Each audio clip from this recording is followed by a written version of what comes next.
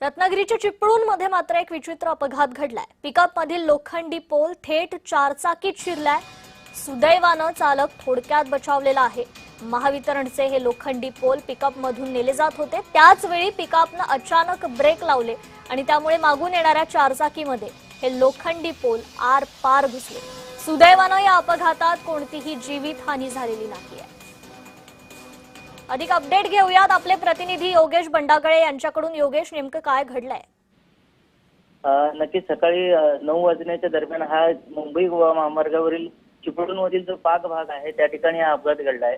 महावितरणचे काही पोल घेऊन ही बोलेरो गाडी तयार होती आणि पाक येथे स्पीड ब्रेकर असल्यामुळे या गाडीचा स्पीड थोडा कमी झाला आणि मागून प्रवासी गाडी येत होती ती वेगाने आली आणि तो जो पूल होता तो थोडा गाडीच्या बाहेर होता मागच्या बाजूला आणि ती प्रवासी गाडी आली तिने जोरात धडक दिली। त्यामुळे तो पूल जो आहे तो चालकाच्या बाजूने पूर्णपणे आतमध्ये तो गाडीच्या मध्यापर्यंत गेला।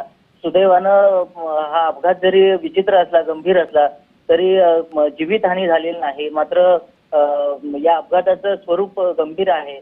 अशा प्रकारे जर महावितरणच्या पूलची जर वाहतूक होणार असेल तर त्या ठिकाणी काळजी घेण्याची गरज आहे। खरं तर या पूलच्या मागे किंवा गाडीच्या मागे लाल कपडा बांधणं गरजेचं होतं, मात्र तशी कुठलीच खबरदारी महावितरणकडून घेतली गेली नव्हती।